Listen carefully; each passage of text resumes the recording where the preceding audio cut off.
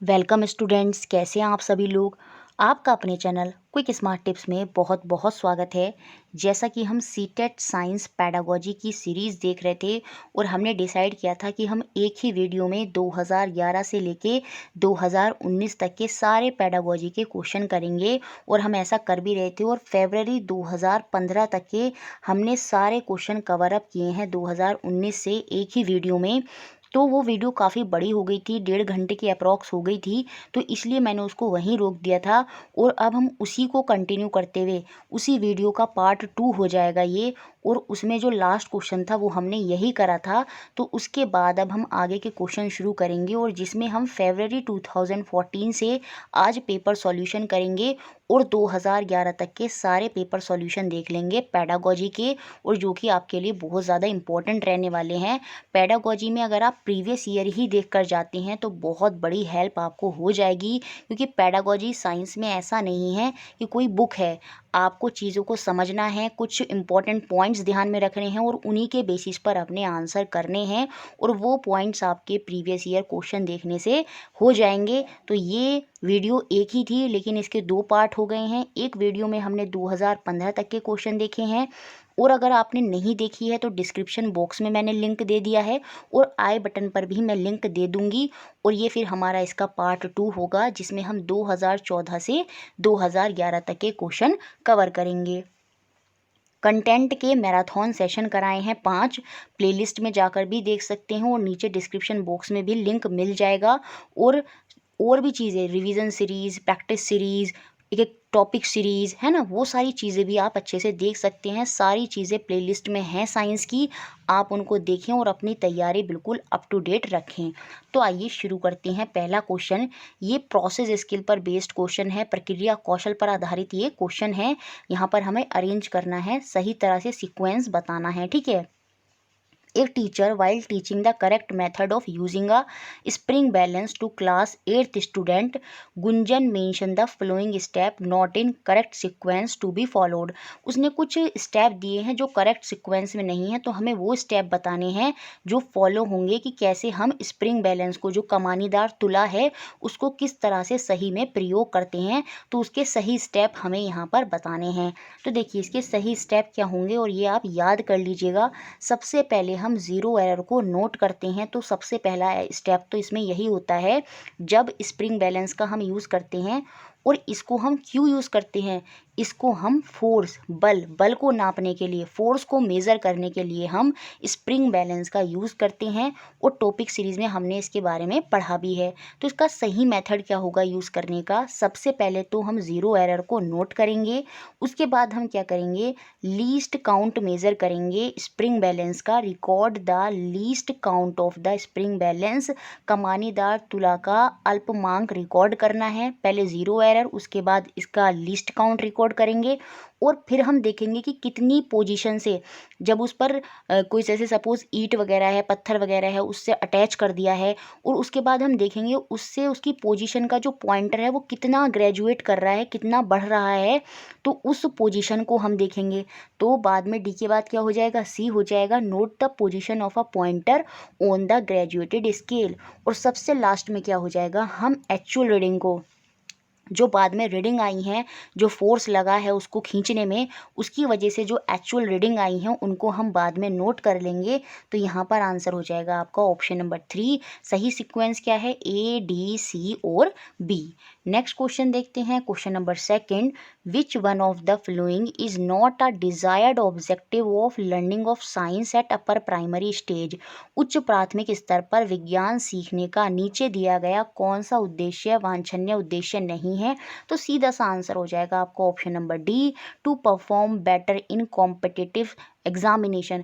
कभी भी टीचर का ये उद्देश्य नहीं होगा, या जब हम साइंस पढ़ा रहे हैं तो ये ऑब्जेक्टिव नहीं होगा कि सिर्फ बच्चा एग्ज़ाम में अच्छा प्रदर्शन करे, और वो भी कॉम्पिटिटिव का क्लास से कोई मतलब नहीं है। तो यही ऑप्शन यहाँ से बाहर हो जाएगा। बाकी वैज्ञानिक साक्षरता अर्जित करना है ना, बच्चे की सोच कैसी होनी चाहिए, तार्किक सोच होनी चाहिए, रेशनल थिंकिंग होनी चाहिए, तो ये पॉजिटिव पॉइंट है, ठीक है। और उसको प्रक्रिया कौशल जो है, साइंस में मैंने बार बार बोला है, प्रोसेस स्किल स्किल सबसे इंपॉर्टेंट होता है, क्योंकि बच्चे स्टेप बाय स्टेप चीज़ों को करते हैं। कोई खोज भी करनी होती है तो पहले बच्चे स्टेप बाय स्टेप चीज़ों को समझते हैं और तभी किसी निष्कर्ष पर वहाँ पर पहुँचते हैं। तो प्रोसेस स्किल बहुत मैटर करता है, प्रक्रिया कौशल भी बहुत मैटर करता है। ठीक है, तो तीनों पॉइंट पॉजिटिव हैं, सिर्फ डी पॉइंट जो है इसमें निगेटिव है। Next question, question number 3, the technique of role play.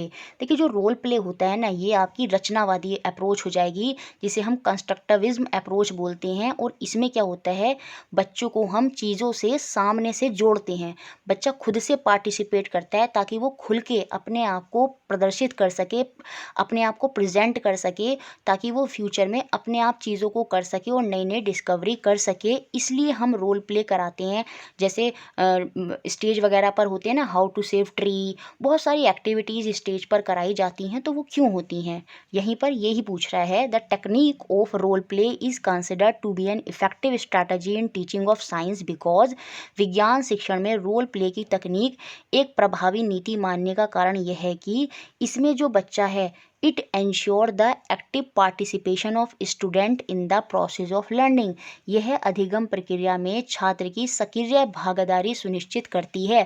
क्योंकि बच्चा जब रोल प्ले होता है, जब नाटक होते हैं, तो उसमें बच्चा क्या होता है, खुद से पार्टिसिपेट करता है। तो एक्टिव पार्टिसिपेशन जो है वो यहाँ पर एंश्योर होता है। तो ऑप्शन बी जो है यहाँ पर बिल्कुल सही होगा रोल प्ले को लेकर। ठीक है, next question, question number 4, science is considered to be questioning. Science यही है। देखिए यहाँ पर ये सारे पॉइंट पॉजिटिव हैं और आप इन पॉइंटों को याद रखेंगे। विज्ञान में प्रश्न करना, खोजबीन करना, स्वयं से चीज़ों को करना, डूइंग, और इन्वेस्टिगेशन, अन्वेषण, खोज करना, ये सारी चीज़ें साइंस में बहुत मैटर करती हैं। अब टीचर यही सारी चीज़ें बच्चे को सिखाना चाहती है। तो which of the following activities carried out by Deepika in teaching of science is best suited to satisfy these criteria. विज्ञान शिक्षण के समय दीपिका द्वारा कराए गए नीचे दिए गए क्रियाकलापों में से सबसे उपयुक्त क्रियाकलाप कौन सा होगा, जिसके थ्रू वो बच्चे के अंदर क्वेश्चनिंग, एक्सप्लोरिंग, डूइंग और इन्वेस्टिगेशन, खोजबीन, अन्वेषण, ये सारी चीज़ें बच्चे के अंदर डेवलप कर सके। तो वो कौन सी एक्टिविटी कराए, तो वो यहाँ पर करा सकती है project work on nature of sound, ध्वनि की प्रकृति पर परियोजना कार्य। देखिए एक टॉपिक दे दिया, यहाँ पर आप टॉपिक से कन्फ्यूज मत हो ना। टॉपिक देने से क्या होगा, प्रोजेक्ट वर्क देगी उस पर। तो बच्चे को जब प्रोजेक्ट दिया जाता है तो आप खुद ही सोचेंगे, उसमें बच्चा क्या करता है, पहले तो क्वेश्चनिंग तो करेगा ही कि मैम ये कैसे होगा, हम इसको किस तरह से करेंगे। तो टीचर आंसर देगा कि आप डिफरेंट वेबसाइट पे सर्च करें, अलग अलग जगहों पर देखें। एक्सप्लोर, बच्चे खोज करते हैं, है ना, जैसे वेबसाइट्स पर देखते हैं या फिर खुद ही नेचुरली डिफरेंट जगहों पर जाकर देखते हैं। डूइंग, उसके बाद वो खुद से उस प्रोजेक्ट में अपने आप से कार्य करेंगे, है ना, और उसके बाद वो उसका अन्वेषण भी करेंगे, इन्वेस्टिगेट भी करेंगे। तो ये सारी चीज़ें किससे हो जाएंगी, प्रोजेक्ट वर्क से हो जाएंगी। टीचर प्रोजेक्ट वर्क दे देगा बच्चे को किसी भी टॉपिक पर। तो ऑप्शन नंबर डी यहाँ पर बिल्कुल सही है। नेक्स्ट क्वेश्चन, क्वेश्चन नंबर 5, राष्ट्रीय पाठ्यचर्या की रूपरेखा 2005 नेशनल कैरिकुलम फ्रेमवर्क NCF 2005 में उच्च प्राथमिक स्तर पर विज्ञान शिक्षण में अधिक बल दिया जाना चाहिए किस चीज़ पर। जो टीचिंग है साइंस की अपर प्राइमरी स्टेज पर, वो किस पर एम्फेसाइज होनी चाहिए, सबसे ज़्यादा उस पर किस चीज़ पर ध्यान देना चाहिए कि जो कक्षा की पढ़ाई है वो बच्चे के बाहरी जीवन से संबंधित हो। मैथ पेडागोजी में भी ऐसा होता है और साइंस पेडागोजी में भी ऐसा होता है। इन दोनों चीज़ों में यही माना जाता है, NCF यही कहता है कि चीज़ों को इस तरह से कनेक्ट करना है कि वो बच्चे की बाहरी ज़िंदगी से उसको जोड़ें, क्योंकि तभी वो चीज़ों को फ्यूचर में कर पाएगा।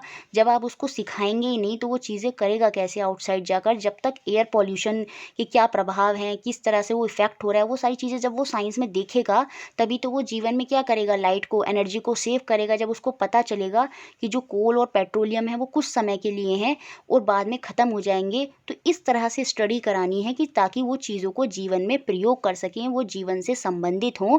तो ऑप्शन नंबर ए यहाँ पर बिल्कुल सही है। Next question, question number 6, Geeta is preparing a lesson plan for teaching the topic on human eye to class 8th student. Geeta एक टीचर है और वो पाठ योजना बना रही है किस विषय को लेकर, किस टॉपिक को पढ़ाने के लिए, मानव नेत्र टॉपिक को पढ़ाने के लिए कक्षा 8 के स्टूडेंट को।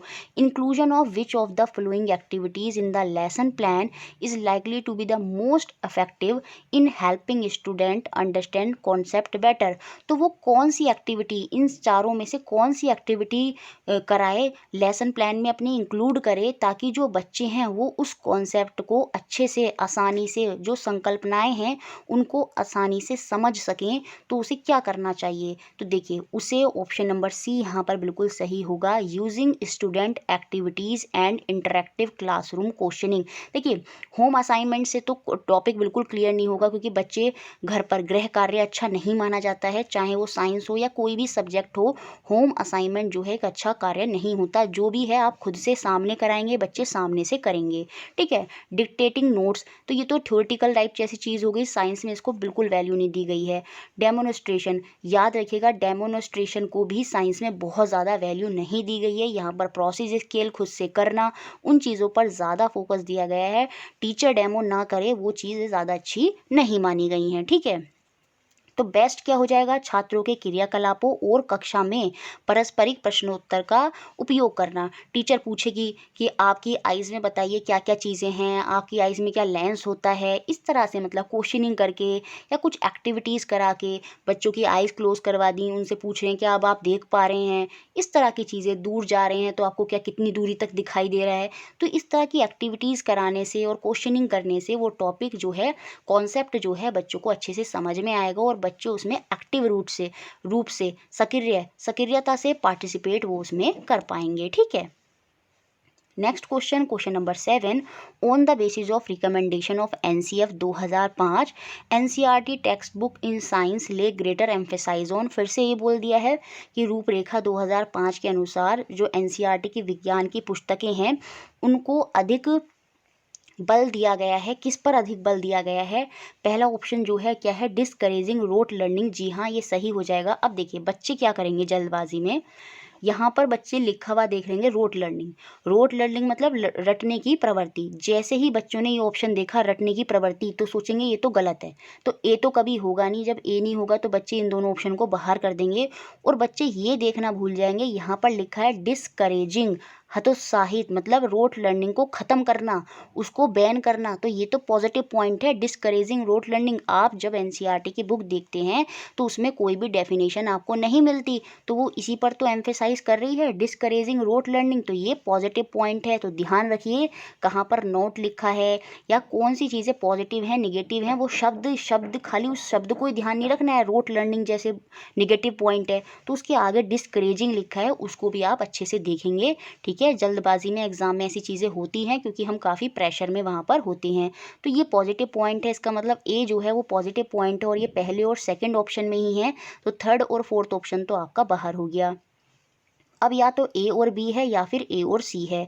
देखिए, जब मैं सी की बात करती हूँ तो providing active learning experience to student, जब भी एक्टिव शब्द आ जाए, है ना, कि बच्चे को हमें एक्टिवली पार्टिसिपेट करना है। एक्टिव का मतलब होता है जहाँ पर बच्चा खुद भागीदारी है, हर चीज़ में वो खुद एक्टिवली वहाँ पर चीज़ों को कर रहा है, तो वो साइंस में बहुत इंपॉर्टेंट होता है और टीचर का यही उद्देश्य होना चाहिए। तो यहाँ पर जो पॉजिटिव पॉइंट है साइंस बुक में जो एम्फेसाइज करती है वो यही होता है। एक तो रोट लर्निंग को डिस्करेज कराया गया है और एक्टिव लर्निंग एक्सपीरियंस होने चाहिए स्टूडेंट के।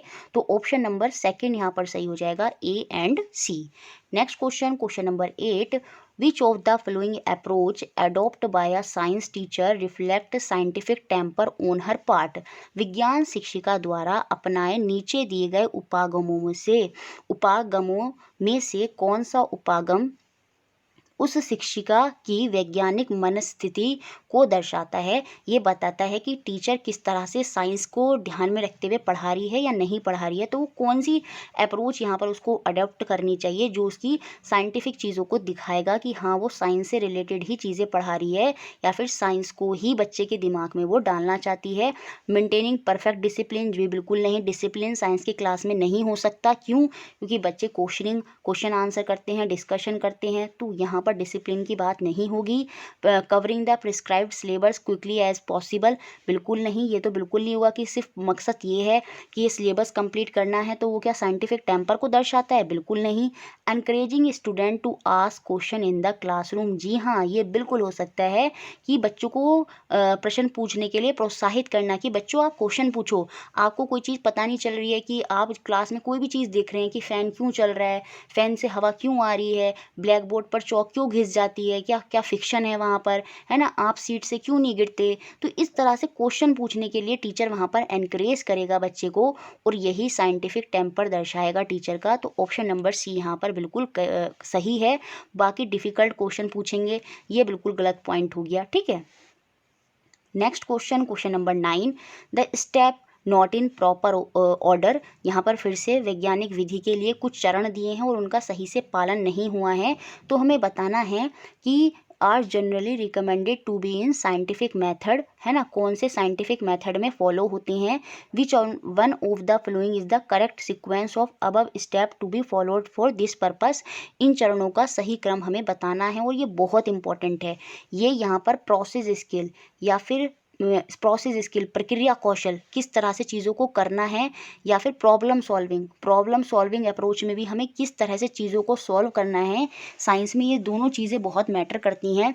कोई भी टॉपिक पर टीचर आपको कोई कार्य दे देता है, तो सबसे पहले आप क्या करते हैं, जो आपकी प्रॉब्लम है ना, सबसे पहले उस समस्या की आप पहचान करते हैं।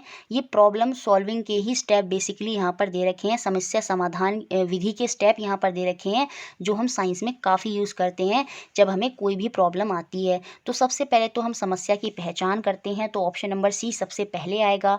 और उसके बाद हम क्या करते हैं, समस्या की पहचान होने के बाद हम उसकी परिकल्पना करते हैं, हम हाइपोथाइज करते हैं। याद रखना, ये हाइपोथाइज जो है कभी भी अगर टीचर डेमो करके दिखा रहा है तो वहाँ नहीं होगा, ये तब होता है जब हम प्रॉब्लम को सॉल्व कर रहे हैं। तो उस केस में बच्चा परिकल्पना करता है, सोचता है कि अच्छा इस प्रॉब्लम को मैं कैसे सॉल्व कर सकता हूँ। और उसके बाद क्या करता है, जब वो कोई आइडिया अपने दिमाग में ले आता है तो उससे रिलेटेड जो चीज़ें होती हैं उनको वो इकट्ठा करता है। तो सी के बाद बी आएगा और फिर डी आएगा, और ऐसा हमारा ऑप्शन नंबर सेकंड में ही है।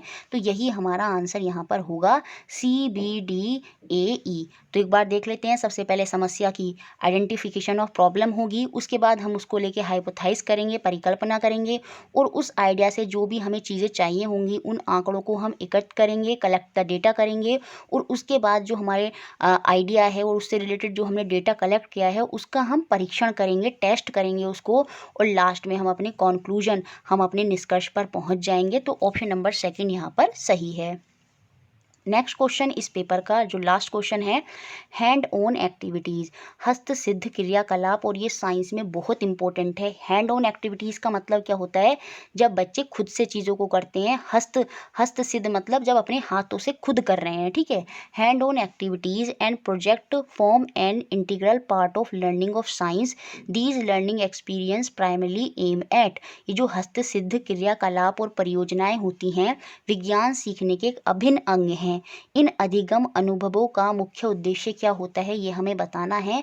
तो इनका मुख्य उद्देश्य होता है providing opportunity to student for extended learning, विस्तृत अधिगम के लिए छात्रों को अवसर प्रदान करना। ये हम इसलिए ही कराते हैं ताकि बच्चा ब्रॉड सोचे, ओपन एंडेड सोचे, बहुत सी चीज़ें सोचे, एक्सटेंडेड लर्निंग, अनलिमिटेड चीज़ों के बारे में खुद से सोचे, उन अपॉर्चुनिटी को ग्रैब्स करे, है ना, और उन चीज़ों पर कार्य करे। वही यहाँ पर मुख्य फोकस होता है हैंड ऑन एक्टिविटीज़ में, कि बच्चे को इस तरह के अवसर प्रदान करने हैं ताकि वो दूर तक की सोचे, एक्सटेंड लर्निंग हो, इस तरह की अपॉर्चुनिटी हमें देनी है। तो ऑप्शन नंबर डी यहाँ पर बिल्कुल सही होगा। डिसिप्लिन तो बिल्कुल भी नहीं होगा। ठीक है, डिसिप्लिन तो कभी भी आपका आंसर नहीं होगा। ठीक है, keeping the student engaged all the time, अगर बच्चे को आप हर समय व्यस्त रखेंगे तो बच्चा कार्य नहीं कर पाएगा, उसका दिमाग जो है वो थक जाएगा, क्योंकि बच्चा अभी छोटा ही है। क्लास 6 to 8 में कोई बच्चा ऐसा नहीं है बहुत बड़ा हो गया, बहुत बड़े लेवल में पहुंच गया है, तो अभी भी बच्चा छोटा ही है, इतना बड़ा नहीं है कि आप उसको हर टाइम बिजी रखेंगे। और assessing the student on practical skill, बहुत बच्चे इसको आंसर कर सकते हैं। देखिए मूल्यांकन एक अलग चीज़ है और हैंड ऑन एक्टिविटीज़ अलग चीज़ है। हैंड ऑन एक्टिविटीज़ हम इसलिए कराते हैं ताकि बच्चे का कुछ भला हो, इसलिए नहीं कराते ताकि हम बच्चे का मूल्यांकन कर सकें। मूल्यांकन तो टीचर कर रहा है, तो इसलिए थोड़ी कर रहा है कि ताकि टीचर को आसानी हो जाए मूल्यांकन करने में, नहीं। हैंड ऑन एक्टिविटीज़ तो इसलिए ही हो रही है ताकि बच्चे का जो सोचने का दरिया है वो बहुत बढ़ जाए, एक्सटेंड हो जाए, ठीक है। तो ये हमारे थे आपके फरवरी 2014 के क्वेश्चन जो काफ़ी इजी आए। अब हम देखते हैं सितंबर 2014 के पेडागोजी के प्रीवियस ईयर क्वेश्चन। वीडियो अच्छी लग रही है तो लाइक कर दें, शेयर करें और सब्सक्राइब अगर किसी ने नहीं किया है तो प्लीज़ वो भी कर दें, ठीक है। पहला क्वेश्चन देखते हैं क्या है। Good science education should be true to the child. ये बहुत बार 2019 में भी क्वेश्चन आया है कि गुड साइंस एजुकेशन किस पर एम्फेसाइज करनी चाहिए, वो बच्चे पर, बच्चे के प्रति निष्ठ होनी चाहिए, ट्रू टू द चाइल्ड होनी चाहिए, या फिर लर्नर, इसकी जगह लर्नर भी लिखा होगा तो भी वो मतलब वही है, ट्रू टू द चाइल्ड। तो good science education true to the child होती है, बच्चे के प्रति ईमानदार होनी चाहिए। इसका अर्थ क्या है? Implies that science which teach should, कि अच्छे विज्ञान शिक्षा को बच्चे के प्रति ईमानदार होने चाहिए का अर्थ है कि वह विज्ञान जो हम पढ़ते हैं उसको कैसा होना चाहिए, be understandable to the child होना चाहिए, बच्चे के समझ में आने योग्य होना चाहिए। बच्चे के प्रति निष्ठ का मतलब यही है और आप इसको अच्छे से याद कर लीजिएगा। इसका मतलब यही होता है कि वो बच्चे को समझ में आनी चाहिए। अब मैं बच्चे से कहूँ कि बच्चा ऐसा है कि एक्सपेरिमेंट करके दिखाओ, तो क्या बच्चा एक्सपेरिमेंट कर देगा? या कोई भी प्रोसेस मुझे कराना है तो क्या वो बच्चा खुद से सबसे स्टार्टिंग में कर देगा? नहीं। पहले जो बेसिक वैलिडिटी है, कॉग्निटिव यहाँ पर सबसे पहले कॉग्निटिव उसके मस्तिष्क पर, मतलब चीज़ें पहले जब तक उसको समझ में नहीं आएंगी, उसके दिमाग में नहीं जाएंगी, तब तक वो आगे चीज़ें नहीं करेगा। तो सबसे पहला एम यही होना चाहिए ट्रू टू द चाइल्ड में कि चीज़ें बच्चों को समझ में आनी चाहिए। कभी कभी साइंस से बच्चे बहुत घबरा जाते हैं, तो मेन एम यही होगा कि वो अंडरस्टैंडेबल हो, चाइल्ड को बच्चे के समझ में आने योग्य हो, और यही आपका कॉग्निटिव डेवलपमेंट होता है। स्टार्टिंग लेवल पर बेसिक वैलिडिटी होती है आपके साइंस की, ठीक है। Next question number second, Vandana is interested to focus more on acquisition of process skill. यहाँ पर वो बच्चे के अंदर प्रोसेस स्किल, प्रक्रियात्मक कौशल को बढ़ाना चाहती है। कक्षा 8th का स्टूडेंट है। Which of the following combination of method should she prefer to teach on topic micro organism. तो ये जो सूक्ष्म जीव का टॉपिक है इसको पढ़ाने के लिए, और वो प्रोसेस स्किल बच्चे में डेवलप करना चाहती है, प्रक्रिया कौशल डेवलप करना चाहती है, तो उसे कौन सा मेथड इन चारों में से अपनाना चाहिए? तो देखिए यहाँ पर जो बेस्ट मेथड होगा वो होगा ऑप्शन नंबर बी, परियोजना कम प्रयोगशाला विधि, प्रोजेक्ट कम लेबोरेटरी मेथड। देखिए प्रोजेक्ट देगी और बच्चों से कहेगी आप लैब में चीज़ों को करें, तो वहाँ पर प्रोसेस स्किल ऑटोमेटिक डेवलप हो जाएगा, क्योंकि चीज़ें बच्चे स्टेप बाय स्टेप करेंगे, जैसे हमने देखा ही था, है ना। जैसे माइक्रो ऑर्गेनिज्म में क्या होता है, बहुत सी चीज़ें हम क्या करते हैं माइक्रोस्कोप से देखते हैं, और लैब में हम गए भी थे 9th-10th या छोटी क्लासेज में 8th क्लास में भी जाते हैं, तो वहाँ पर टीचर स्टेप बाय स्टेप चीज़ें बताता है ना कि इस तरह से करना है माइक्रोस्कोप में, आप उसकी स्केल पर इस तरह से उसको रखिए, फिर उसको देखिए, तो वहाँ पर स्टेप बाय स्टेप चीज़ें होंगी प्रोजेक्ट कम लेबोरेटरी मेथड में, और बच्चे की प्रोसेस स्किल जो है वो ऑटोमेटिक डेवलप हो जाएगी। तो ऑप्शन बी यहाँ पर बिल्कुल सही है। होम असाइनमेंट कभी भी अच्छे नहीं होंगे, मैंने पहले ही बोल दिया है, और असाइनमेंट कम क्वेश्चनिंग मेथड ये प्रोसेस स्किल के लिए अच्छा नहीं होगा, तो आंसर ऑप्शन बी ही यहाँ पर बिल्कुल परफेक्ट है। Next question number 3, Which one of the following is the key expectation from teacher and learning of science at upper primary stage? निम्न में से कौन सी उच्च प्राथमिक स्तर पर विज्ञान के सीखने सिखाने की मुख्य अपेक्षा है, ये हमें बतानी है। मेन चीज़, मेन एम क्या है वो हम ऑप्शन के हिसाब से देखेंगे, ठीक है। To acquire questioning and inquiring skill, प्रश्न और जांच पड़ताल कौशलों का अर्जन करना। जी हाँ बिल्कुल ये आंसर हो सकता है। टू क्रिएट लिटरेरी लिटरेसी, ये नहीं होगा। देखिए साहित्य का संबंध यहाँ से बिल्कुल नहीं है, वो तो हिंदी इंग्लिश का हो गया, तो ये तो नहीं है। To appreciate the inter relationship between science and art, जी नहीं, आर्ट से नहीं जोड़ना है। कॉम्पिटिटिव एग्जाम की तो कोई बात ही नहीं है, तो ऑप्शन नंबर ए ही यहाँ पर बिल्कुल सही है।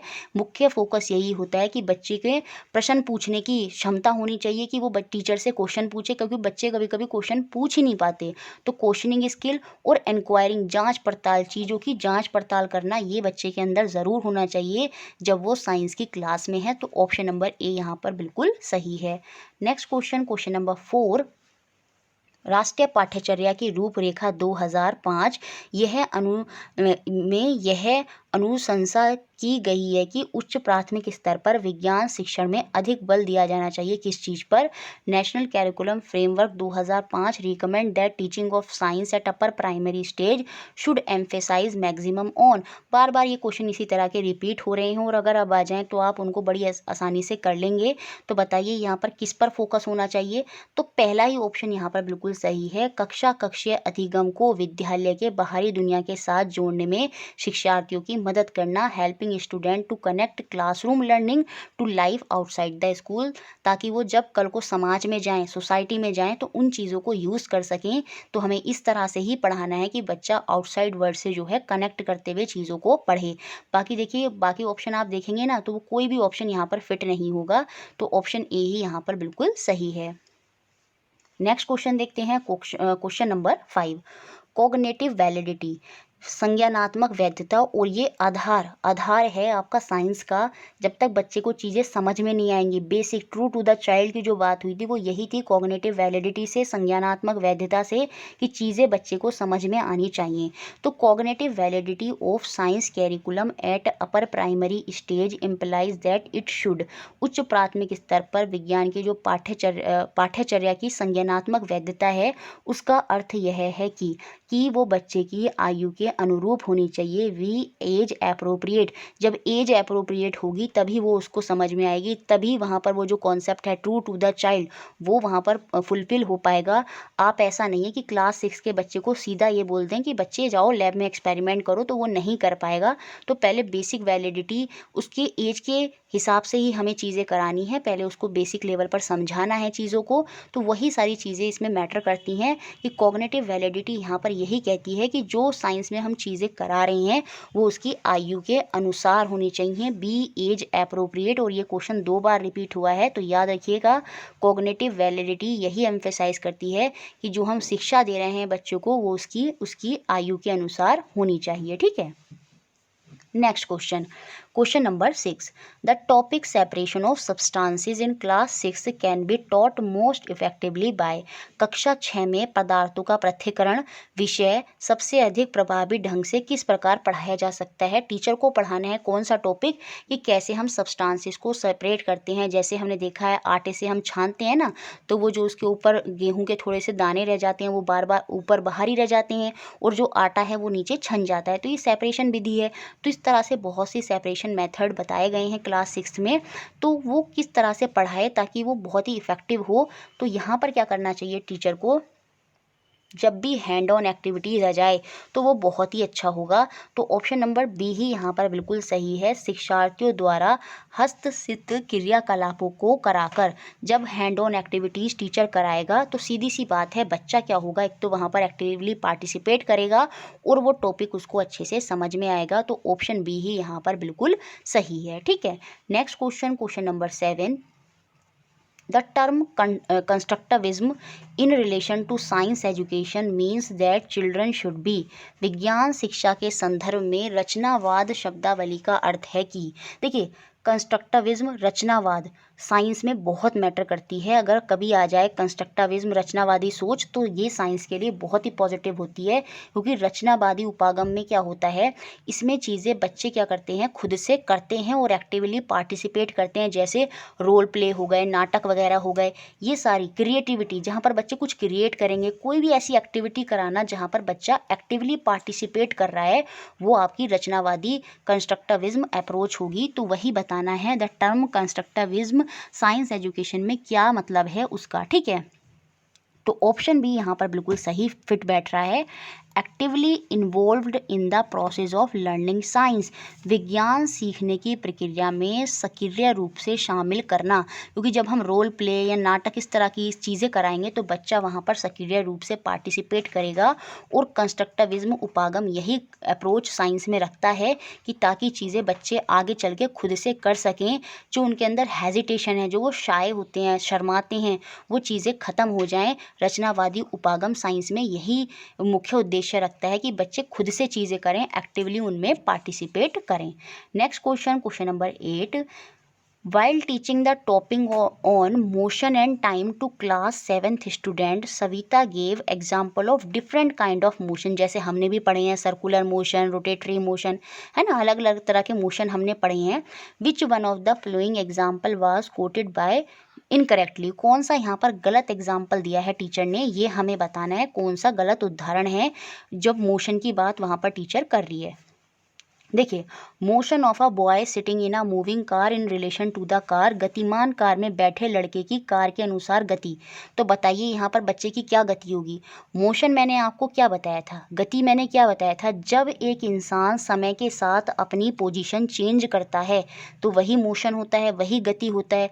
तो जब बच्चा कार में बैठा है तो कार मूव कर रही है, लेकिन बच्चा क्या अपनी पोजीशन चेंज कर रहा है कार में? नहीं, वो तो कार में जहाँ बैठा है वहीं पर ही बैठा है, वो अपनी पोजीशन चेंज नहीं कर रहा है। कार अपनी पोजीशन चेंज कर रही है, लेकिन बच्चा अपनी पोजीशन चेंज वहाँ पर नहीं कर रहा है। तो ये आपका मोशन का एग्जाम्पल नहीं होगा। इसका मतलब ऑप्शन ए ही यहाँ पर गलत है। क्यों? क्योंकि बच्चा अपनी पोजीशन चेंज नहीं कर रहा है, पोजीशन कार की चेंज हो रही है, तो यहाँ पर मोशन नहीं है, यहाँ पर बच्चा रेस्ट में है। और यहाँ पर बोल भी दिया है moving car in relation to the car, बच्चे की पोजीशन कार से कंपैरिजन कर रहा है, और कार के कंपैरिजन में देखा जाए तो बच्चा रेस्ट में है। लेकिन अगर क्वेश्चन में बोल देता बच्चे का कंपैरिजन बाहर के ट्री से करा जाए तो उस केस में बच्चे की पोजीशन चेंज हो रही होती। लेकिन अगर मैं कार के पर्सपेक्टिव में बोलूं तो बच्चे की पोजीशन कार के हिसाब से चेंज नहीं हो रही है, क्योंकि वो जहां बैठा है वहीं पर बैठा है। तो यही यहाँ पर गलत उदाहरण है, गलत ऑप्शन है। बाकी moving motion of a boy sitting in a merry go round, तो वहाँ पर बच्चा मूव कर रहा है, बिल्कुल सीधी सी बात है। मोशन ऑफ, वहाँ पर आप दिखाते भी हैं कौन सा मोशन है, आपका सर्कुलर मोशन है। Motion of hammer in electric bell, वो बार बार उसको बजाता है वापस आता है, तो ये आपका पीरियोडिक मोशन है। सॉरी, पीरियोडिक मोशन भी होगा, और साथ में आपका ये कौन सा मोशन होता है पीरियोडिक के अलावा, यहाँ पर आपका वो ऑसिलेट, यहाँ पर जो पेंडुलम में होता है ऑसिलेशन, वो भी यहाँ पर होगा। Motion of cricket ball hit by the batsman, इसमें भी एक जगह से दूसरी जगह पोजीशन चेंज हो रही है बॉल की, तो यहाँ पर भी मोशन है। तो ऑप्शन ए ही यहाँ पर गलत था। नेक्स्ट क्वेश्चन देखते हैं, question number 9। Anjali asked the following task to be performed by the student of class 7th while making an electromagnet। Anjali कक्षा 7 के शिक्षार्थियों को विद्युत चुंबक का निर्माण करते समय निम्नलिखित चरणों का निष्पादन करने के लिए कहती है। Which one of the following is the correct sequence of task to be performed to achieve the desired result। तो कौन सा, जब हमें जो रिजल्ट चाहिए उसको पाने के लिए कौन से सही क्रम में स्टेप होंगे, वो हमें यहाँ पर बताने हैं। बहुत ही बेसिक है। सबसे पहले आप क्या करेंगे, wind a copper wire tightly around a iron nail, यही तो हम करते थे, यही हमने पढ़ा है इलेक्ट्रोमैग्नेट में। टॉपिक क्लियर है तो इसको आप कर सकते हैं। जैसे ये वो है, एक आपकी कील है ना, आयरन की कोई, सॉरी यहाँ पर क्या बोला है, हाँ आयरन की कोई नेल है ना, ये आयरन की कील है, और इस पर हम क्या करेंगे, कॉपर के वायर को लपेट देंगे। जब हम कॉपर के वायर को लपेटते हैं, उसकी कॉइल बनाते हैं, तभी वहाँ पर इलेक्ट्रोमैग्नेट होता है, विद्युत चुंबक जो है वहाँ पर उत्पन्न होती है। तो सबसे पहले तो हम यही करेंगे। तो सी ऑप्शन सबसे पहले आएगा, जो कि हमारा सेकेंड और थर्ड ऑप्शन में है। उसके बाद हम क्या करेंगे, जो कॉपर वायर के दोनों फ्री एंड हैं उनको हम टर्मिनल ऑफ सेल से जोड़ देंगे, क्योंकि हमें पूरा एक सर्किट बनाना है। तो ये हमारी कील है, और कील पर ये वायर लिपटा है, तो कील का एक जो है वो हम नेगेटिव से जोड़ देंगे, और कील का जो एक हिस्सा है वो पॉजिटिव से जोड़ देंगे। तो हम क्या करेंगे, टर्मिनल ऑफ सेल से उस वायर को कनेक्ट कर देंगे। तो सी के बाद जो है वो हमारा डी आ जाएगा। तो ऑप्शन नंबर सेकेंड ही यहाँ पर जो है सही होगा, सी के बाद डी आएगा। और उसके बाद हम क्या करेंगे, इलेक्ट्रोमैग्नेटिक इफेक्ट देखना है हमें, तो हम उसके पास put some pins near the end of nails, जो पिन है, कुछ छोटी छोटी पतली पतली पिन है, वो हम उस नेल के आसपास रख देंगे, और उसके बाद हम स्विच को ऑन कर देंगे और ऑब्जर्व करेंगे क्या हो रहा है। और वहाँ पर हम देखेंगे जो नेल्स हैं, जो छोटी छोटी पिंस हैं, वो आयरन नील से जाकर चिपक जाएंगी। इसका मतलब हमें वहाँ पर इलेक्ट्रोमैग्नेट विद्युत चुंबक का प्रभाव देखने को मिल जाएगा। तो यही स्टेप यहाँ पर फॉलो करने हैं। तो ऑप्शन नंबर सेकंड ही यहाँ पर सही है। और बच्चों, यही आपकी प्रोसेस स्किल होती है। प्रोसेस स्किल में यही होता है, चीज़ें स्टेप बाय स्टेप चीज़ें कराई जाती हैं। ठीक है। नेक्स्ट क्वेश्चन, क्वेश्चन नंबर 10, और ये भी प्रोसेस स्किल पर ही बेस्ड क्वेश्चन है। While teaching correct method of measuring volume of solid using a measuring cylinder, Kavita mention the following step to be followed, जो कि सही सीक्वेंस में नहीं है। Which one of the following is the correct sequence of step for the said purpose. बताए गए उद्देश्यों के लिए निम्नलिखित में से कौन सा चरणों का सही क्रम है। मापनीय बेलन का प्रयोग करते हुए ठोस के आयतन को मापने का सही तरीका पढ़ाते समय कविता अपनाए जाने वाले कुछ चरण हैं। ठीक है। तो देखिए यहाँ पर जो सही चरण होगा वो क्या होगा। सबसे पहले हम क्या करेंगे, जिस सिलेंडर में हमें मेजर करना है उसका लीस्ट काउंट हम मेजर करेंगे। Record the least count of measuring cylinder. मापनी बेलन का जो न्यूनतम माप है उसको पहले हम लिखेंगे, उसी के बाद तो जो नया रिकॉर्ड आएगा उसको हम मेजर करेंगे। तो सबसे पहले तो यही होगा। उसके बाद हम क्या करेंगे, उस सिलेंडर के अंदर कुछ सफिशिएंट वाटर डाल देंगे, क्योंकि हमें वॉल्यूम मेजर करना है। Put sufficient water in the cylinder and note the reading. तो सबसे पहले हम उसमें क्या करा, हमने लीस्ट काउंट को मेज़र किया। उसके बाद हमने क्या करा, उसमें पानी डाल दिया उस सिलेंडर में, और हम उसके रीडिंग को नोट करेंगे। ठीक है। और उसके बाद हम क्या करेंगे, suspend the solid with a thread inside the water in the cylinder. उसके बाद हम बेलन में पानी के भीतर धागे से बंधे हुए ठोस को उसमें लटकाएंगे, और उसके बाद हम उसकी नई रीडिंग को देखेंगे और वहाँ से हम वॉल्यूम को चेक कर लेंगे। Note the reading of level of water in the cylinder. बेलन में पानी के स्तर का पाठ्यांक लिखिए। तो यहाँ से हम पूरा वॉल्यूम मेज़र कर लेंगे। तो पहला स्टेप क्या हुआ था, हमने लीस्ट काउंट को मेज़र किया। उसके बाद हमने उसमें पानी डाला। पानी डालने के बाद हमने उसमें एक सॉलिड को थ्रेड से बांधकर उस पानी भरे सिलेंडर के अंदर डाला, और उसके बाद फिर से हमने लेवल को मेज़र किया। तो ऑप्शन नंबर 3 जो है वो यहाँ पर बिल्कुल सही है। यही प्रोसेस स्किल को यहाँ पर ये सही से इसके स्टेप बता रहा है। ठीक है। तो ये थे हमारे सितंबर 2014 के क्वेश्चन। अब हम देखेंगे जुलाई 2013 के क्वेश्चन। फिर से 10 क्वेश्चन हम देखने वाले हैं, और वीडियो अच्छी लग रही है तो प्लीज़ उसको लाइक, शेयर और सब्सक्राइब ज़रूर कर दें। पहला क्वेश्चन है, which one of the following is not the objective of teaching of science at upper primary stage. बताइए क्या ऑब्जेक्टिव यहाँ पर नहीं होगा। ये अच्छा क्वेश्चन है। निम्नलिखित में से कौन सा उच्च प्राथमिक स्तर पर विज्ञान शिक्षण का उद्देश्य नहीं है। बताइए क्या उद्देश्य नहीं है। क्वेश्चनिंग करना और इंक्वायरी करना, जांच पड़ताल, प्रश्न पूछना, ये तो पॉजिटिव पॉइंट बताया था मैंने, तो ये तो सही है। उसके बाद प्रोसेस स्किल है ना, प्रक्रमण कौशल, जो आपका प्रक्रिया कौशल है उसका अर्जन करना, ये भी बहुत पॉजिटिव पॉइंट है। एक्वायरिंग साइंटिफिक लिटरेसी, वैज्ञानिक साक्षरता अर्जित करना, ये भी पॉजिटिव पॉइंट है। हम विज्ञान क्यों पढ़ाते हैं, ताकि बच्चे के अंदर वैज्ञानिक साक्षरता आए, ये बात भी सही है। लेकिन टेक्नोलॉजिकल स्किल की बात यहाँ पर नहीं होगी। तकनीकी कौशल ये हम इंजीनियरिंग लेवल पर करते हैं, प्राइमरी लेवल पर स्कूल में नहीं करते। तो ऑप्शन बी ही यहाँ पर बिल्कुल गलत है। ध्यान रखिएगा, टेक्नोलॉजी वाली चीज़ें प्राइमरी लेवल पर नहीं आएंगी। ठीक है। इससे बच्चा गड़बड़ कर देगा। सिर्फ हमें चीज़ों को बताना है, छोटे छोटे एक्सपेरिमेंट कराने हैं, टेक्नोलॉजी से बच्चे को अभी हमें नहीं जोड़ना है। Next question, question number 2, which one of the following does not reflect the personality attribute of a person having scientific temper. निम्नलिखित में से कौन सी वैज्ञानिक प्रवृत्ति वाले व्यक्ति के व्यवस्थित्व विशेषता को प्रदर्शित नहीं करता। कौन सा ये नहीं बताता कि बच्चा साइंटिफिक सोचता भी है या नहीं सोचता है। सीकिंग एविडेंस, प्रमाण मांगना, ये तो बिल्कुल बच्चा जैसे कोई चीज़ कर रहा है तो टीचर ने कोई चीज़ बोली तो बच्चा कह रहा है ये क्यों हो रही है, कैसे हो रही है, इसका प्रमाण दो। तो ये तो साइंटिफिक टेम्पर को वहाँ पर दिखा रहा है। ठीक है।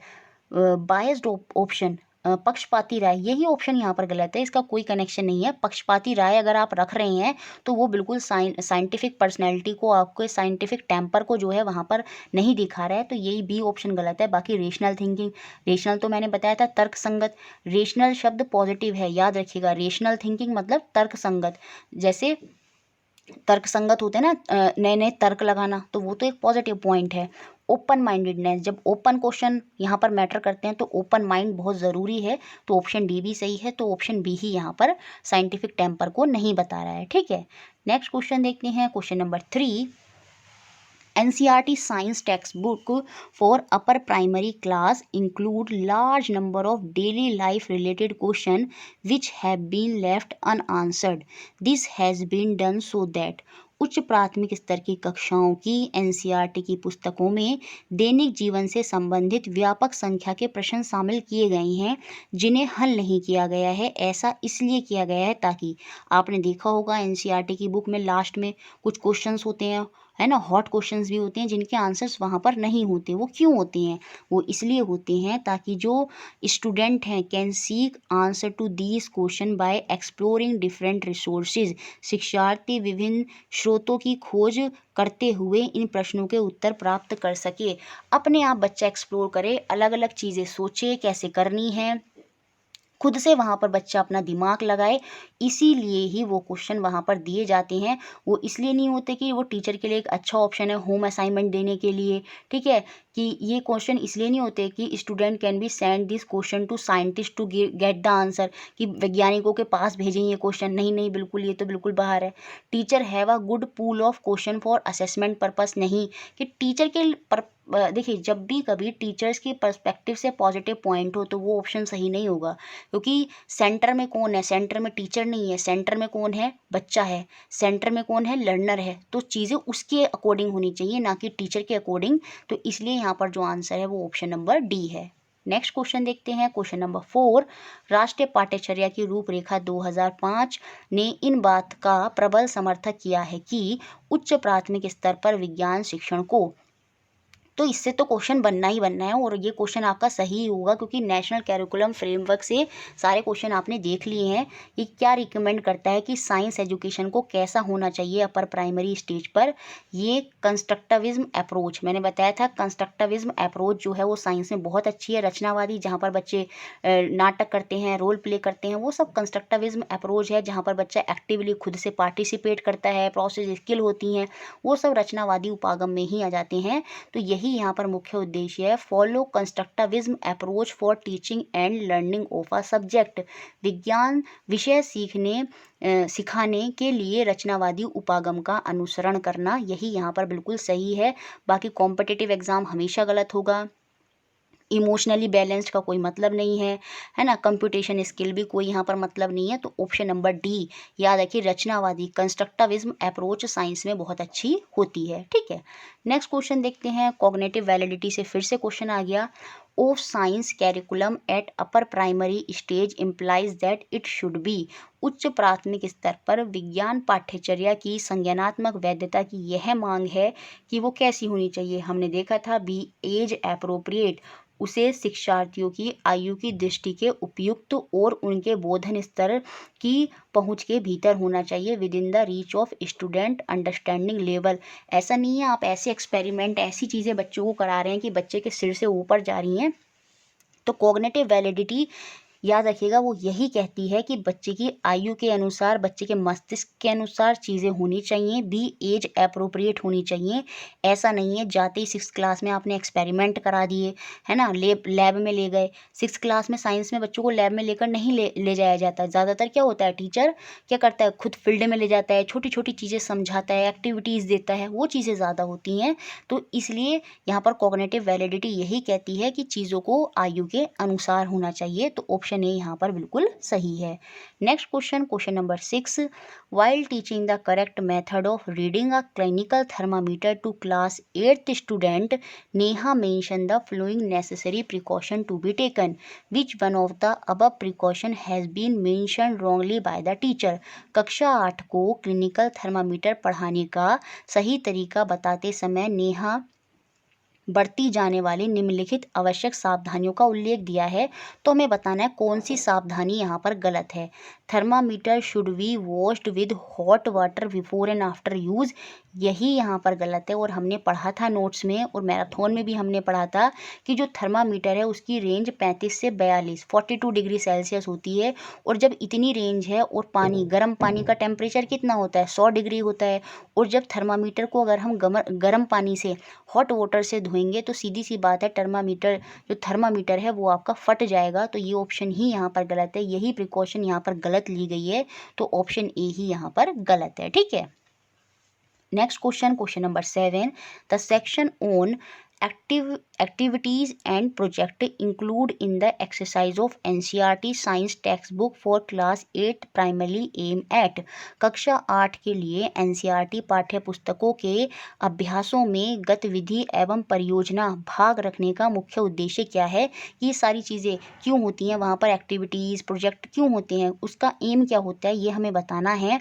Depth understanding on basic concept, नहीं ये नहीं होगा।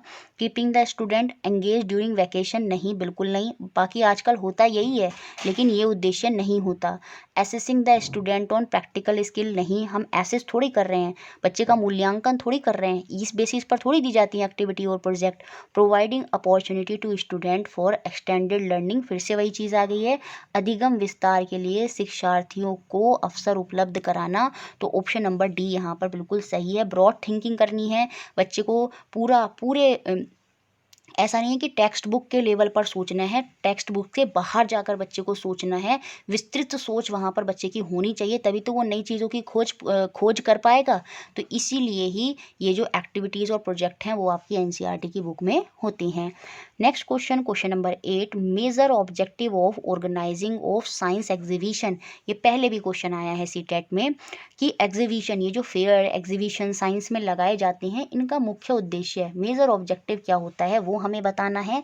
तो यहाँ पर सीधा सा आंसर दिख भी रहा है, option number C, providing opportunity to student to showcase their creative idea. जो बच्चों के यहाँ पर क्रिएटिव आइडिया हैं, सृजनात्मकता जो उनकी सोच है, उसको प्रदर्शित करने के लिए ही ये जो एग्जीबिशन होते हैं वो लगाए जाते हैं, ताकि ये देखा जा सके बच्चा कितना क्रिएटिव सोचता है, कितना बच्चा नई नई चीज़ें कर सकता है। तो ऑप्शन सी ही यहाँ पर बिल्कुल सही है। नेक्स्ट क्वेश्चन देखते हैं, question number 9, the technique of classroom questioning. जो क्लासरूम में क्वेश्चन आंसरिंग हो रही है इन teaching of science can be more effectively used for. विज्ञान शिक्षण में कक्षीय प्रश्नों की तकनीकी का डैश के लिए प्रभावी रूप से प्रयोग किया जा सकता है। ये हम क्यों करते हैं, क्लासरूम में जो क्वेश्चनिंग होती है वो क्यों होती है। प्रमोटिंग क्रिएटिवनेस एंड इनोवेशन, नवाचार और सृजनात्मकता को बढ़ावा देने के लिए। तो याद रखिए क्रिएटिविटी, ये जो शब्द है क्रिएटिविटी, कंस्ट्रक्टिविज्म, ये सब पॉजिटिव शब्द ही हैं साइंस में। प्रमोटिंग क्रिएटिविटी, ताकि बच्चा नई नई चीज़ें क्रिएट करे, इसलिए ही हम क्वेश्चन पूछते हैं, ताकि बच्चा और सोचे और चीज़ों को अच्छे से वहाँ पर करे और अच्छे से वो क्रिएटिव सोचे, और इनोवेशन, उसकी थिंकिंग कैसी हो, नवाचार हो, नए नए आइडियाज़ उसमें हो फिर, और वो सब चीज़ें क्वेश्चनिंग से ही होती हैं। तो ऑप्शन डी ही यहाँ पर बिल्कुल सही है। नेक्स्ट क्वेश्चन नंबर लास्ट, जो हमारा 10th क्वेश्चन है, 4 कैंडिडेट जो हैं अपीयर हुए हैं इंटरव्यू में पोस्ट ऑफ साइंस टीचर के लिए, और उनको डेमो करने के लिए बोला गया क्लास 8th के स्टूडेंट को on the topic pressure exerted by liquid and gas. जो प्रेशर एक्सर्ट होता है लिक्विड और गैस के माध्यम से, वो उन 5 जो वहाँ पर कैंडिडेट गए हैं अप्लाई करने के लिए, उनको ये बोला गया कि आपको इन 5 टॉपिकों पे बच्चों को पढ़ाना है। तो अब हमें बताना है which of the flowing different approaches were followed by different candidate. Her candidate ने अपने लिए पढ़ाने के लिए वहाँ पर अलग अलग भिन्न भिन्न उपागमों का उपयोग किया है। तो हमें बताना है which one of the above approach B the most effective for teaching the topic. तो जो ये 5 स्टूडेंट यहाँ पर गए हैं, सॉरी 5 नहीं है 4 स्टूडेंट हैं, तो इन चारों स्टूडेंट में से बताना है किसका सबसे अच्छा मेथड है पढ़ाने का, वो हमें यहाँ पर बताना है। डिटेल्ड एक्सप्लेनेशन कभी भी अच्छा नहीं होगा, तो ये ऑप्शन बाहर।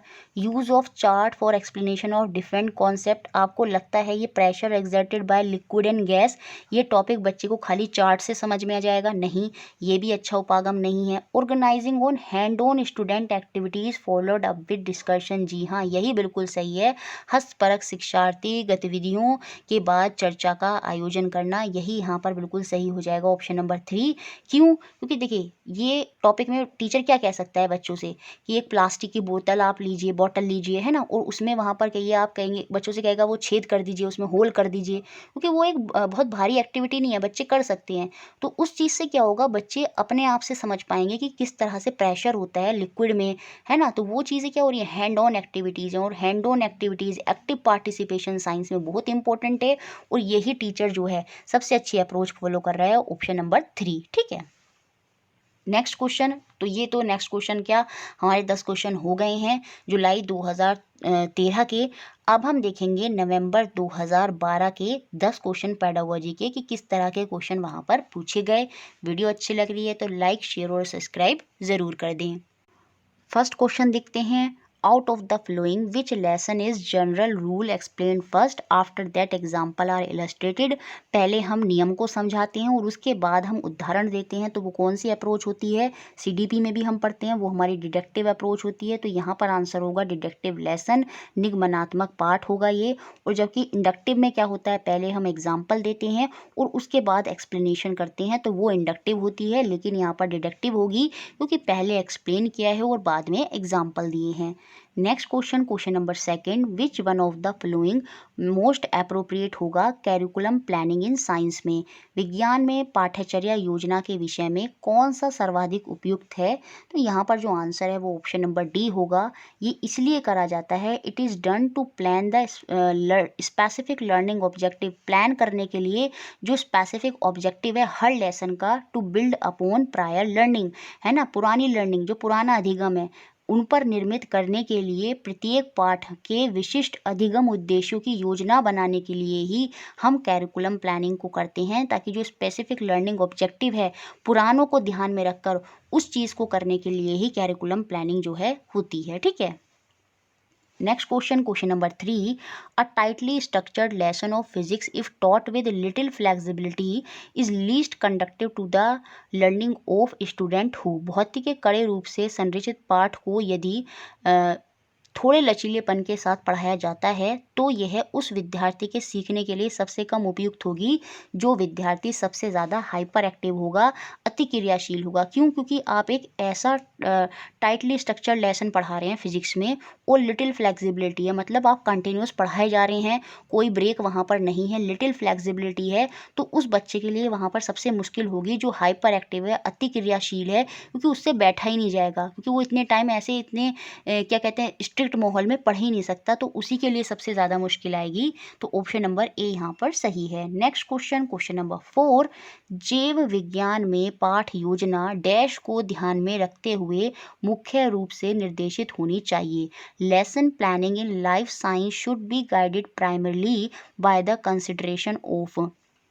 किस लिए होनी चाहिए, किसको ध्यान में रखकर होनी चाहिए, पाठ्यचर्या के लक्ष्य और अधिगम परिणामों, द कैरिकुलम गोल, जो कैरिकुलम में गोल है जो हमें अचीव करना है कि हमें बच्चे के अंदर क्या करनी है, साइंटिफिक टेम्पर, वैज्ञानिक साक्षरता, ये सारी चीज़ें बिल्ड करनी है, तो वही तो गोल है। तो कैरिकुलम गोल को ध्यान में रखकर और क्या आउटकम निकलेंगे, उनके परिणाम क्या होंगे, अधिगम परिणामों को ध्यान में रखकर ही जो है पाठ योजना होनी चाहिए। तो ऑप्शन सी यहाँ पर बिल्कुल सही है। Next question, question number 5, when upper grade children do research work the major problem the teacher has to contend with is. जब उच्चतर कक्षा में बच्चे शोध कार्य करते हैं, जैसे प्रोजेक्ट दे दिया तो बच्चे वहाँ पर खुद से चीज़ों को खोज रहे हैं, सर्च कर रहे हैं, तो शिक्षक के सामने सबसे बड़ी समस्या क्या आती है, वो यही आती है। ऑप्शन नंबर डी यहाँ पर बिल्कुल सही होगा, discouraging children from कॉपिंग verbatim from books and, ये जो आपकी इक्लोपीडियाज होती हैं, है ना, जितनी भी, एंड गाइडिंग दैम इफेक्टिवली। बच्चे क्या करते हैं, आपने कोई प्रोजेक्ट वर्क दिया, बच्चे नेट से डिट्टो उसको कॉपी कर लेते हैं या किसी बुक से कॉपी कर लेते हैं। तो टीचर के सामने यही सबसे बड़ी समस्या होती है, जब वो रिसर्च वर्क देती है बच्चे खुद से आइडियाज़ नहीं लगाते, बच्चे सिर्फ क्या कर देते हैं, कॉपी पेस्ट कर देते हैं। बच्चों को नकल करने के विश्वकोशों और पुस्तकों से शब्द उतारने से रोकना एवं प्रभावी तरीके से उनका मार्गदर्शन करना, यही टीचर को सबसे बड़ी प्रॉब्लम वहाँ पर फेस होती है। ठीक है, next question, question number 6, the project method of teaching is best associated with the philosophy of. ये तो बहुत ही सिंपल है, शिक्षण में प्रोजेक्ट पद्धति के दर्शन के साथ सर्वश्रेष्ठ रूप से संबंधित कौन है, तो जॉन डुई है ना, तो जॉन डुई इससे संबंधित है प्रोजेक्ट मेथड से, तो ऑप्शन नंबर बी यहाँ पर बिल्कुल सही है। नेक्स्ट क्वेश्चन देखते हैं, question number 7, A teacher is conducting a demonstration to motivate student, but demonstration does not result in expected outcome। जो टीचर वहाँ पर करना चाहती थी वो नहीं मिल पाया, तो उस केस में टीचर की बेस्ट एडवाइस क्या होगी। विद्यार्थियों को अभिप्रेरित करने के लिए शिक्षक निर्देशन का आयोजन करता है, एक डेमो है वो कर कर दिखा रहा है, लेकिन डेमो सफल नहीं होता, परिणाम उसका नहीं निकल कर आता, तो शिक्षक के लिए सर्वश्रेष्ठ सलाह वहाँ पर क्या होगी। ठीक है, डेमो खुद कर रहा है, बच्चों से करवा रहा है और आउटकम वहाँ पर नहीं आ रहा, रिजल्ट वहाँ पर नहीं आ रहा, तो सबसे अच्छी सलाह होगी वहाँ पर क्या, यहाँ पर हो जाएगा आपका निर्देशन को रोकना और उसे दोबारा करना नहीं, ये नहीं होगा। Withhold demonstration and do it again, tell the class that demonstration failed and ask them to help determine the reason. कक्षा को बताना कि निर्देशन है वो असफल हो गया है और उनसे कारण निर्धारित करने के लिए कहना, मुझे लगता है ये भी सही नहीं है। Find out and explain the cause of failure of the demonstration by involving student, यही यहाँ पर सही होगा। विद्यार्थियों के साथ मिलकर निर्देशन की जो असफलता है उसके कारण का पता लगाना और फिर उसको समझाना, तो यही यहाँ पर बेस्ट होगा। अगर कोई आउटकम रिजल्ट वहाँ पर निकल कर नहीं आया है तो हम क्या करेंगे, उसके जो कारण है जिसकी वजह से वो आउटकम नहीं आया है, जो रिजल्ट नहीं मिला है, उसके फेलियर का पता लगाएंगे और उसमें हम किसको इन्वॉल्व करेंगे, बच्चों को साथ उनको इन्वॉल्व करके, तो ऑप्शन सी ही यहाँ पर सबसे सही फिट होगा। नेक्स्ट क्वेश्चन देखते हैं, question number 8, out of the following activities in a science class the one with least educational value is. विज्ञान की कक्षा में निम्नलिखित गतिविधियों में से किसका सबसे कम शैक्षिक मूल्य है ना, कोई गतिविधि हो रही है, कोई एक्टिविटी हो रही है, तो सबसे ज़्यादा लीस्ट वैल्यू किसकी होगी ये हमें बतानी है। मॉडल का निर्माण करना, कंस्ट्रक्टिंग अ मॉडल, देखिए कोई एक्टिविटी कर रहे हैं तो उसमें मॉडल तो बनाते हैं बच्चे, तो ये तो पॉजिटिव पॉइंट है। Reading about a simple experiment, यही यहाँ पर गलत हो जाएगा। पढ़ना, एक सिंपल प्रयोग के बारे में पढ़ना, ये एक्टिविटी के अंदर नहीं आता। एक्टिविटी में तो बच्चे मॉडल बनाते हैं, चार्ट बनाते हैं, खुद से चीज़ों को करते हैं, वहाँ पर ये थोड़ी होता है कि बुक से कोई एक्सपेरिमेंट को पढ़ते हैं। रीडिंग अबाउट सिंपल एक्सपेरिमेंट, तो यही यहाँ पर लीस्ट जो है, लीस्ट इसकी वैल्यू है यहाँ पर। बाकी साइंटिफिक प्रिंसिपल को डिस्कस करना, डिज़ाइन ड्राइंग द डिज़ाइन, ये सारी चीज़ें एक्टिविटीज़ में होती हैं, लेकिन पढ़ना नहीं होता। रीडिंग अबाउट सिंपल एक्सपेरिमेंट, तो ऑप्शन बी ही यहाँ पर लीस्ट वैल्यू है, तो यही यहाँ पर गलत है। नेक्स्ट क्वेश्चन आपका question number 9, in a mixed ability class with student in different stage of cognitive development which one of the following strategies will be most suitable। निम्नलिखित में से कौन सी विधि एक मिश्रित योग्यता वाली कक्षा, जिसमें सारी मतलब मिश्रित योग्यता वाली कक्षा मतलब ऐसा नहीं कि साइंस ही है, एसएसटी भी उसमें इंक्लूडेड है, मतलब हम अंतर विषयक शब्दों को इंक्लूड करके वहाँ पर हम पढ़ा रहे हैं, जिसमें विद्यार्थी संज्ञानात्मक विकास के विभिन्न चरणों में हैं, है ना, अलग अलग स्टेज में हैं, तो इसके लिए सर्वाधिक उपयुक्त क्या होगा। यूजिंग हैंड ऑन एक्टिविटीज, जब भी हैंड ऑन एक्टिविटीज आ जाता है तो वो ऑप्शन सबसे अच्छा हो जाता है और ऑप्शन 1 ही यहाँ पर सही होगा। Using hand on activities involving concrete object for simplification of abstract concept, तो बच्चे चाहे भले ही अलग अलग स्टेज में हों, लेकिन जब मूर्त वस्तुओं को शामिल करके उनको कहेंगे कि आप अपने हाथ से खुद को करो और जो अमूर्त चीज़ें हैं जो सामने नहीं हैं उनके बारे में सोचो, उनका सरलीकरण करो, तो उसमें क्या होगा, अलग अलग स्तर के भले ही बच्चे हैं लेकिन वो उस चीज़ों को कर लेंगे, तो ऑप्शन नंबर 1 ही जो है यहाँ पर बिल्कुल सही है। तो इस तरह से ये थे हमारे नवंबर 2012 के पेडागोजी के क्वेश्चन। अब हम देखेंगे जून 2011 के पेडागोजी के क्वेश्चन, और इसी के साथ हमारे पेडागोजी की जो क्वेश्चन हैं वो सारे कंप्लीट हो जाएंगे। वीडियो अच्छी लग रही है तो उसको लाइक ज़रूर करना है, शेयर सबसे ज़्यादा करना है और चैनल को सब्सक्राइब भी ज़रूर कर दें। पहला क्वेश्चन है, while teaching the concept force can change the shape of an object, कि कैसे जो बल होता है वस्तु की आकृति को परिवर्तित कर सकता है, ये कॉन्सेप्ट टीचर पढ़ाना चाहती है, और जिसके लिए टीचर बहुत सारी एक्टिविटीज़ का प्लान करती है, जैसे कि वो बच्चों को कॉन्सेप्ट जो है एक्सप्लेन कर रही है, उसके साथ उन्हें एग्जाम्पल भी दे रही है और साथ में आटा भी दे दिया बच्चों को और बच्चों से कहा है कि उसको प्रेस करें हाथ हाथ से दबाएं और देखें कि कैसे जो फोर्स है, जो बल है, उसके आटे की शेप को, उसकी आकृति को परिवर्तित कर रहा है। साथ में वो ऑडियो वीडियो फिल्म भी दिखा रही है बच्चों को, जो कॉन्सेप्ट को एक्सप्लेन कर रही हो, जिसमें बहुत सारे एग्जाम्पल हैं। तो ये अलग अलग एक्टिविटीज़ एक टॉपिक को पढ़ाने के लिए टीचर क्यों कर रही है? The teacher is using different approach to learning because, तो यही हमें बताना है कि different approach of learning teacher यहाँ पर क्यों फॉलो कर रही है। वो इसलिए कर रही है क्योंकि there are different kind of learner in the class. हर तरह के बच्चे का जो लेवल है, लर्नर है, जो है उसका जो लेवल है अंडरस्टैंडिंग का, वो अलग अलग है और अलग अलग प्रकार के लर्नर हैं, क्लास में बच्चे हैं।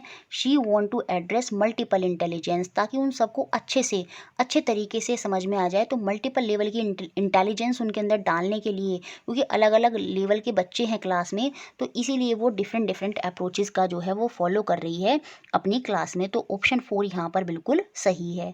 नेक्स्ट क्वेश्चन देखते हैं। मिस पटेल जो कि प्रिंसिपल हैं किसी स्कूल की, वो मेजर फोकस है उनका किस पर? इंटीग्रेटेड अप्रोच पर, एकीकृत उपागम पर उनका बहुत ज़्यादा ध्यान है। वो अपने स्कूल में चाहती हैं कि teaching of science rather than teaching different discipline separately. वो चाहती हैं कि साइंस, जो विज्ञान, अलग अलग विषयों का शिक्षण है, उनको अलग अलग ना पढ़ाकर उनके स्थान पर जो विज्ञान शिक्षण है उसी में एकीकृत उपागम का प्रयोग हो। मतलब साइंस एसएसटी सब्जेक्ट अलग से ना पढ़ाकर, या कुछ टॉपिक जो अदर सब्जेक्ट के हैं उनको अलग से ना पढ़ाकर साइंस के अंदर ही पढ़ाया जाए। और जब बहुत सारी चीज़ें, बहुत सारे सब्जेक्ट जब एक ही साथ मर्ज होकर साइंस में ही पढ़ाए जाते हैं, तो वही आपकी इंटीग्रेटेड अप्रोच होती है, एकीकृत उपागम होता है। और यही टीचर जो प्रिंसिपल है वहाँ का, वो फॉलो कराना चाहता है। तो बेसिक ऑफ दिस इज़, वो इसका आधार क्या है, वो ऐसा क्यों करा रही है? बिकॉज सारे सब्जेक्ट जो होते हैं वो एक दूसरे से जुड़े हुए होते हैं, और जो टीचर है वो दूसरे सब्जेक्ट से बच्चे को वहाँ पर कनेक्ट करेगा, दिखाएगा कि कैसे, देखिए एक सब्जेक्ट दूसरे सब्जेक्ट से कनेक्टेड है, और यही इंटीग्रेटेड अप्रोच है। तो ऑप्शन नंबर 4 यहाँ पर, या फिर डी ऑप्शन सही होगा। All the disciplines are interlinked, सारे विषय आपस में जुड़े हुए हैं, और teacher can draw on cross curricular linkage, और शिक्षक उनकी पाठ्यचर्याओं के माध्यम से उनमें संबंध जोड़ सकते हैं। तो ऑप्शन 4 यहाँ पर बिल्कुल सही है। नेक्स्ट क्वेश्चन देखते हैं, क्वेश्चन नंबर 3। एक टीचर है, उसको एक टॉपिक पढ़ाना है, कंपोनेंट ऑफ फूड, भोजन में जो तत्व होते हैं जैसे प्रोटीन, कार्बोहाइड्रेट, है ना, ये सारे, क्लास 6 में। तो कौन सा क्वेश्चन यहाँ पर सबसे बेहतरीन होगा, ये हमें बताना है कि जो इस टॉपिक से कनेक्ट करेगा। तो वो आपका ऑप्शन नंबर 1 ही होगा। Why does your mother serve you a meal with a variety of food item, आपकी माँ जो है विविधतापूर्ण भोजन वाला पदार्थ आपको क्यों देती है? तो उसमें आंसर सीधा यही आएगा कि उसमें बहुत सारे अलग अलग अमाउंट से प्रोटीन है, कार्बोहाइड्रेट है, फैट है ना, तो अलग अलग तरह के कंपोनेंट हैं उस फूड में, इसलिए वो हमें वैरायटी ऑफ फूड आइटम देती है। बाकी ऑप्शन में आप देखेंगे कि डेफिनेट सेट ऑफ फूड आपको क्यों देती है ना, क्या आप सारा खाना खा लेते हैं जो आपको लंच टाइम में दिया जाता है, सारे वो फूड आइटम लिखें जो आपकी माँ आपको लंच में देती है। तो ये तीनों इतना रिलेट नहीं कर रहे। जो टॉपिक से क्वेश्चन रिलेट कर रहा है वो आपका ऑप्शन नंबर 1 वाला ही क्वेश्चन है, वो बिल्कुल एग्जैक्ट इसी से रिलेट कर रहा है। नेक्स्ट क्वेश्चन है question number 4। Which of the following can be assessed when Geeta is using only MCQ as a tool to assess nutrition in human?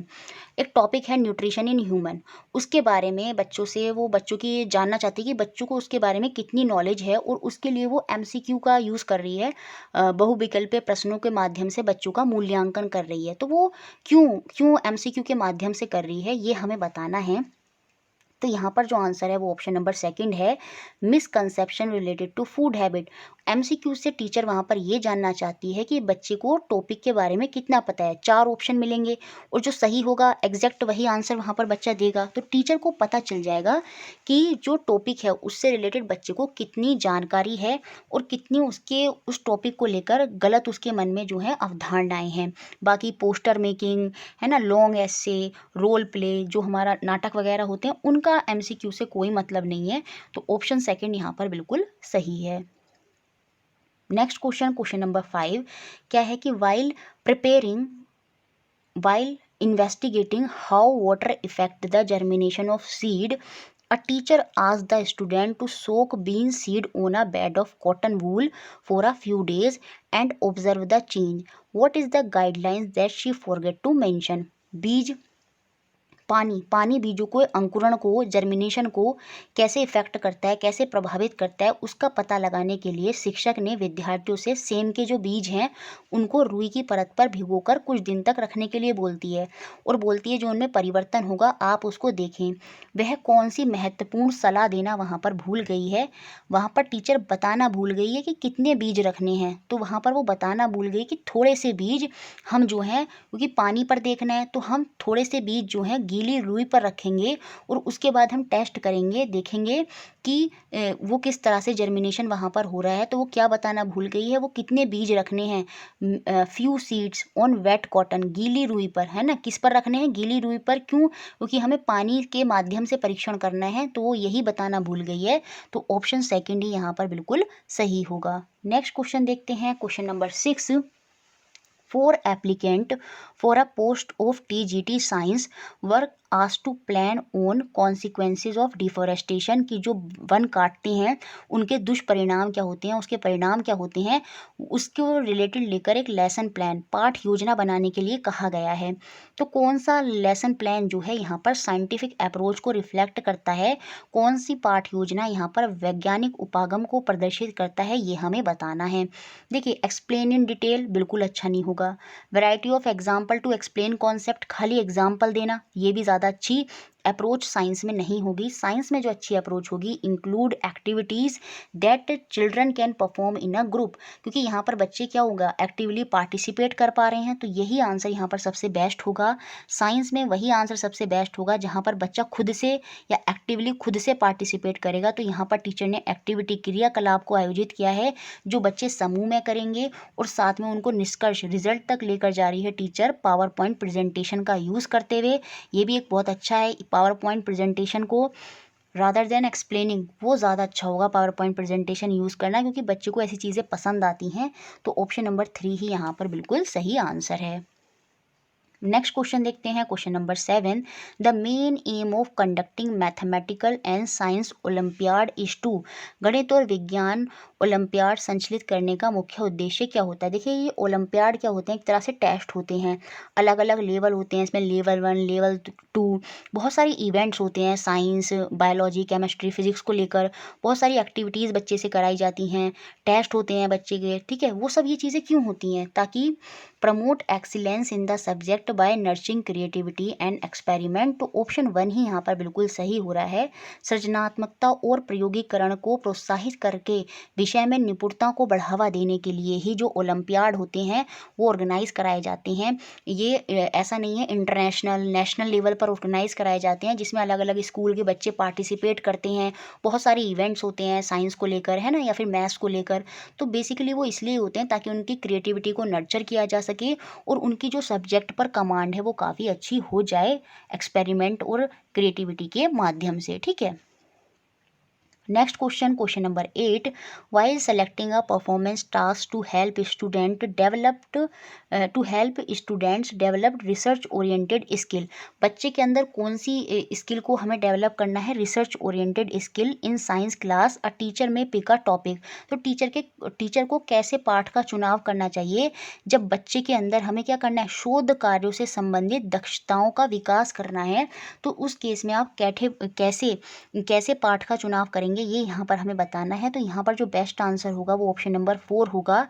Related to the problem faced by the student in their day to day functioning which is the part of concept to be covered for the class, जो विद्यार्थियों के दैनिक जीवन से संबंधित समस्याएं हों और उस कक्षा का पाठ्यक्रम का भाग भी हों, इस तरह के कॉन्सेप्ट को हमें कराना चाहिए। क्यों, देखिए, आप बच्चों को रिसर्च वर्क देते हैं तो रिसर्च वर्क ऐसा होना चाहिए, ऐसा नहीं आपने कोई ऐसा टॉपिक दे दिया जो बच्चे से कनेक्ट ही नहीं कर रहा है।